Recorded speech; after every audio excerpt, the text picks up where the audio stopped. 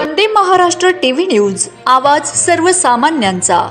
नाशिक येथे अवैधपणे गुटखा विक्रीकरिता कंटेनरमधून घेऊन जात असलेला 54,84,267 रुपये किमतीचा मुद्देमाल ताब्यात। गुन्हे शाखा युनिट क्रमांक 1 ची उल्लेखनीय कामगिरी। नाशिकचे पोलीस आयुक्त संदीप कर्णिक यांच्याकडून देण्यात आलेल्या मार्गदर्शनानुसार गुन्हे शाखेचे पोलीस उपायुक्त प्रशांत बच्छाव, गुन्हे शाखेचे सहाय्यक पोलीस आयुक्त संदीप मिटके, नाशिक शहर यांनी नाशिक शहरामध्ये तसेच इतर शहरामध्ये चोरून वाहतूक होत असलेल्या प्रतिबंधित असलेल्या तंबाखू गुटखा अवैधपणे वाहतूक करणाऱ्या इसमांबाबत माहिती काढून त्यांच्यावर कारवाई करण्याबाबत सक्त सूचना दिलेल्या आहेत।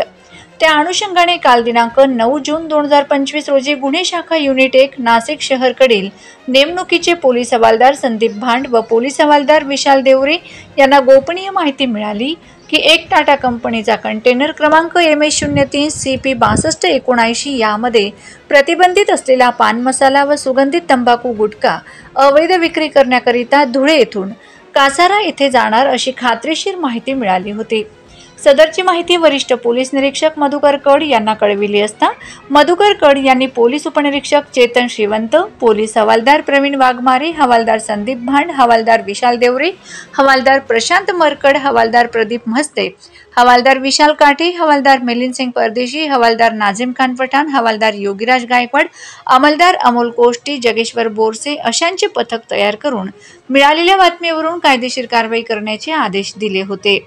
त्या अनुषंगाने पोलीस अधिकारी व अंमलदार यांनी मिळालेल्या बातमीप्रमाणे Meenatai Thackeray stadium service road Nashik येथे सापळा लावून एक टाटा कंपनीचा MH03 CP 6279 यास थांबवून त्यामध्ये असलेला प्रतिबंधित पान मसाला व सुगंधित तंबाखू गुटखा अवैध विक्री करण्याकरिता घेऊन जाताना मिळून आल्याने त्यास ताब्यात घेऊन त्याचे नाव, गाव, पत्ता विचारले असता त्याने त्याचे नाव विजय तानाजी तुपे, वय 29 वर्ष, राहणार तुपेवाडी, खराडे विटा, पोस्ट भिकावाडी, खुर्द, तालुका कडेगाव, जिल्हा सांगली असे सांगितले।